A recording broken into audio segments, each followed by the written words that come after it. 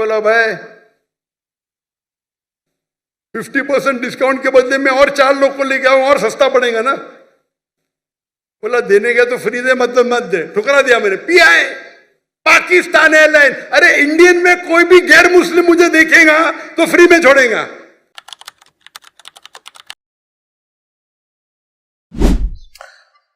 وہ ان کی جو سٹیٹمنٹ آئی پی آئی اے کے لگیج کے حوالے سے کہ میرا سامان کا وزن اتنے 100 kg بڑھ گیا تھا تو مجھ پر اتنی ڈیوٹیز چارج کی گئیں.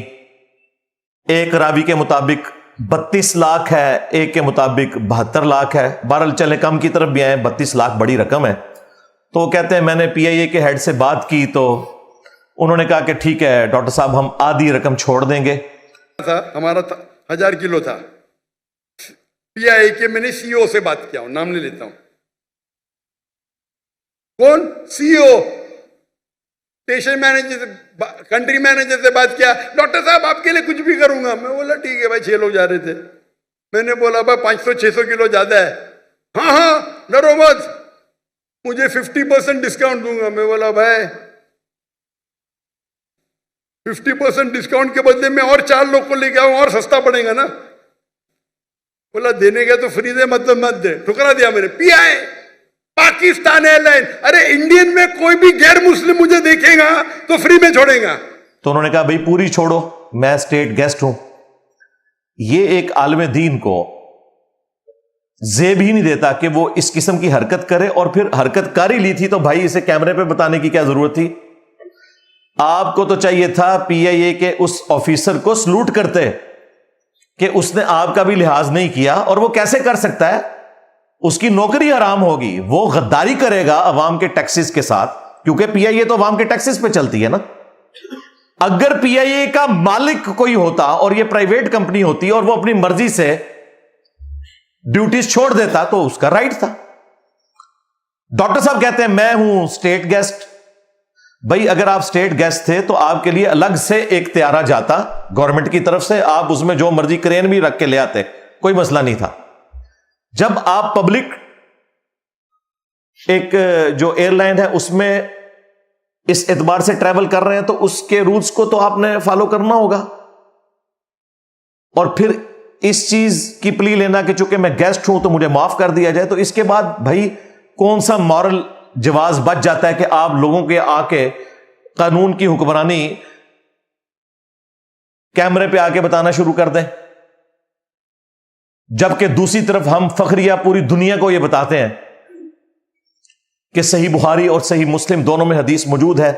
اللہ کے محبوب صلی اللہ علیہ وآلہ وسلم نے فرمایا تم سے اگلی قومیں اس لیے ہلاک ہو گئیں کہ ان کے اشرافیہ کے لیے اور قوانین ہوتے تھے، عوام الناس کے لیے اور قوانین ہوتے تھے. اللہ کی قسم اگر میری بیٹی فاطمہ بھی چوری کرتی تو میں اس کے بھی ہاتھ کٹوا دیتا. یہ ایک جنرل یونیورسل ٹروتھ ہے اسلام کا. اسپیسیفکلی تو یہاں حدود اللہ سے متعلق ہے، لیکن یہ جنرل رول ہے کہ اشرافیہ کے لیے جو قانون ہوگا وہی قانون عوام الناس کے لیے بھی ہوگا. لہذا ایک ریلیجس پلیٹ فارم کے اسپیکر کو یہ زیب ہی نہیں دیتا کہ وہ اس قسم کی کوئی ڈیمانڈ بھی کرے، بلکہ اگر کوئی ان کو آفر بھی کرے تب بھی قبول نہیں کرنی چاہیے، کیونکہ وہ جو آفیسر ہے اگر وہ آدھے پیسے چھوڑ رہا ہے تو وہ نمک حرامی کر رہا ہے اپنی نوکری کے ساتھ.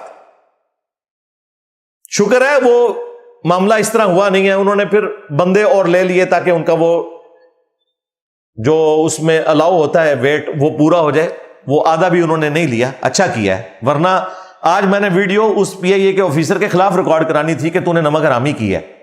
اور ابھی بھی اس کے لیے تنبیہ ہے کہ یہ تمہارے باپ کی ایئر لائن نہیں ہے کہ تم کسی کو کہو کہ میں آدھا تمہیں چھوڑ دیتا ہوں.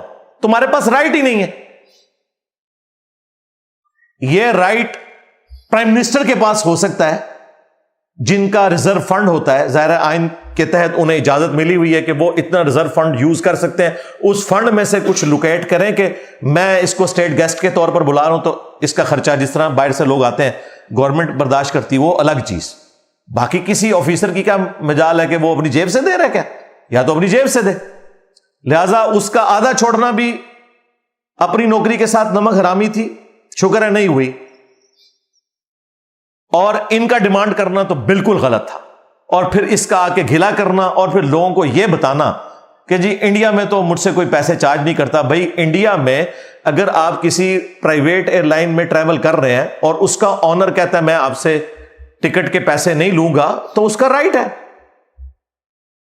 لیکن دوسری طرف اگر انڈین گورنمنٹ کی کوئی ایئر لائن ہے، اس میں اس ایئر لائن کا سی ای او بھی یہ حق نہیں رکھتا کہ آپ کا ٹکٹ معاف کر دے، وہ نمک حرامی کرے گا اپنے ساتھ، کیونکہ وہ ٹیکسز کے پیسے سے چل رہی ہے۔